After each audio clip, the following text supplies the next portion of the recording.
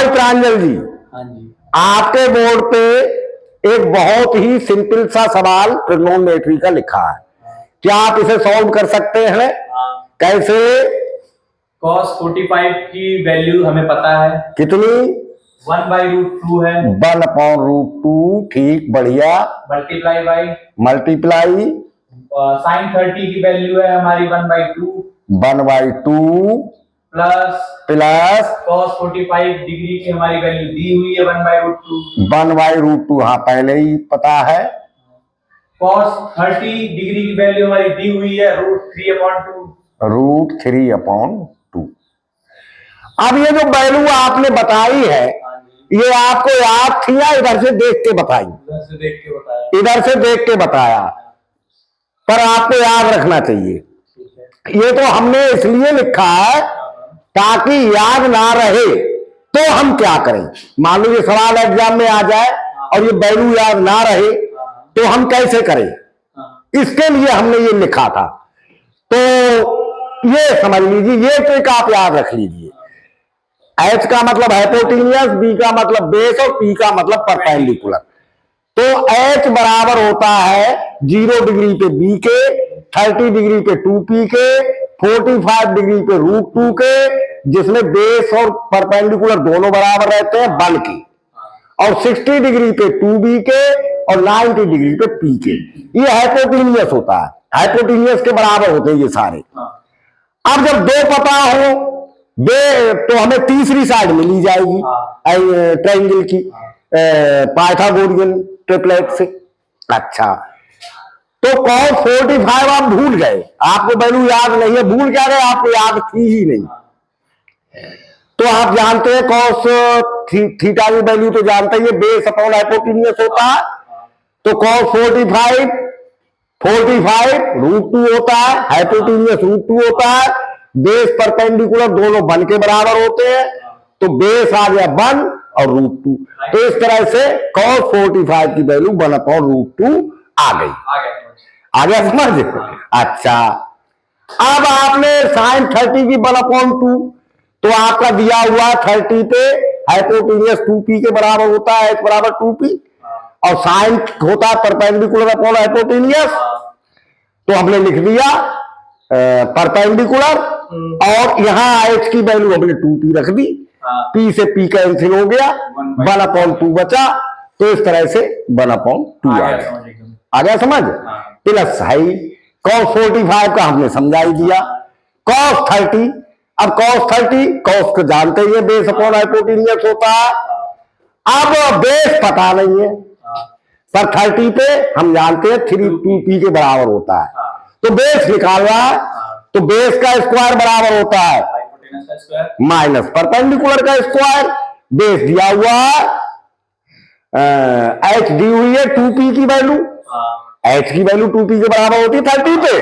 तो 2P square minus P square, 4P square minus P square, बचा 3P square, यानी बच गया B बराबर √3P।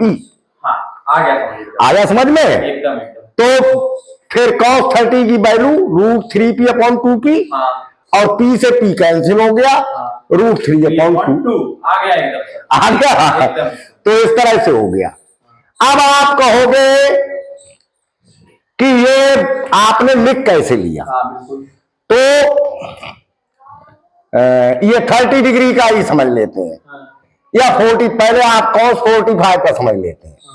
45 का समझने के लिए हमने एक राइट एंगल ट्रायंगल बना लिया, जिसमें एक तो 90 डिग्री का है और एक 45 का निकाल रहा है थीटा। तो हम जानते हैं त्रिभुज के तीनों एंगल 180 डिग्री के होते हैं।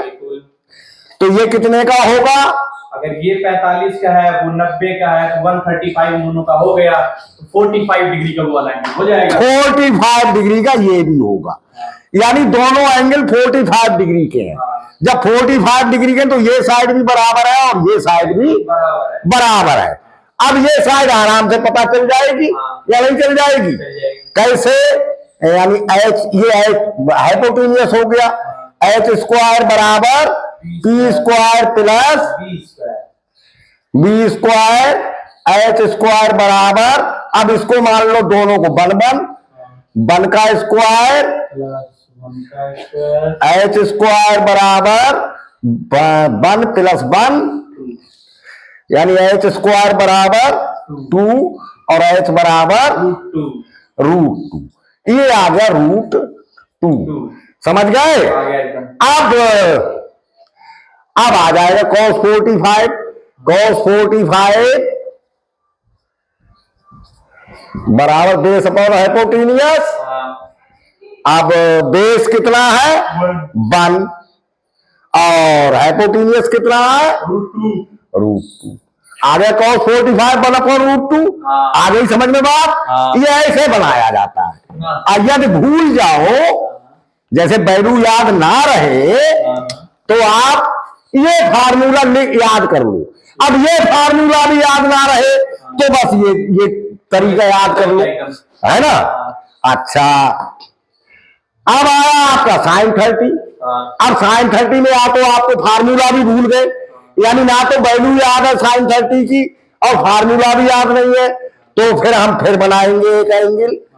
अब इसमें ये रहा 30 डिग्री का और ये रहा 90 डिग्री का, तो ये कितना होगा 50 डिग्री का। 50 का कैसे होगा 60 डिग्री का 60 डिग्री का। अब इससे कोई तालमेल हमें बनता दिख नहीं रहा है। अगर ऐसी सिचुएशन कभी हो तो फिर इसका कॉन्ग्रुएंस एंगल और बना दो, यानी ये भी हो गया 30 डिग्री का, ये भी हो गया 30 डिग्री का। अब ये दोनों मिलके कितने के हो गए 60 डिग्री, यानी ये भी 60 ये भी 60। अब ये ट्रायंगल ये वाला मानो तो, और ये भी फिर 60 का ही हो गया, क्योंकि तीनों 180 के होते हैं। हो गया, तो यानी ये भी बराबर और ये भी बराबर, ये दोनों मिलके यहां से और ये भी दोनों बराबर।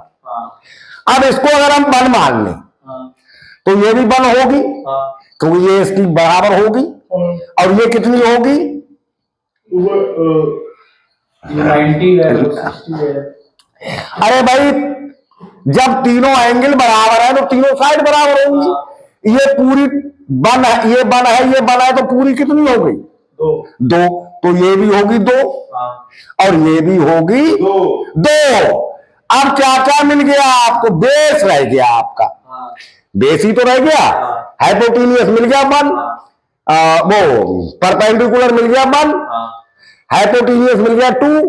क्या रह गया बेस। बेस निकाल डालो पाइथागोरस सूत्र से, एच स्क्वायर माइनस बी, 2 का स्क्वायर माइनस 1 का स्क्वायर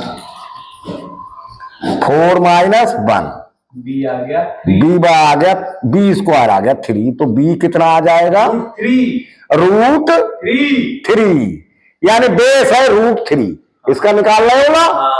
और हाइपो वो होता ही है कॉस बराबर बेस अपॉन हाइपोटेनियस, और हाइपोटेनियस है 2, आ गया 3/2। तो ये वैल्यू, या तो वैल्यू याद होना चाहिए, वैल्यू याद नहीं कर पाए तो ये फार्मूला याद रखो। ये फार्मूला भी याद ना रहे तो इस फार्मूलों को बनाने का तरीका याद रखो। आ गया समझ। और ये बार बार करोगे तो अपने आप सब कुछ याद हो जाएगा, वैल्यूज भी याद हो जाएंगी, ये फार्मूला भी याद हो जाएगा। अगर ये चीज जान गए तो अब हो जाएगा आराम से। 1 बन जा 1 और 2√2, ठीक है, प्लस √3 और 1 की √3 और 2√2। अब 2√2 आपका ये हो गया 1 प्लस √3, ये आंसर आपका आ गया। ठीक है, आ गया समझ में? चलो।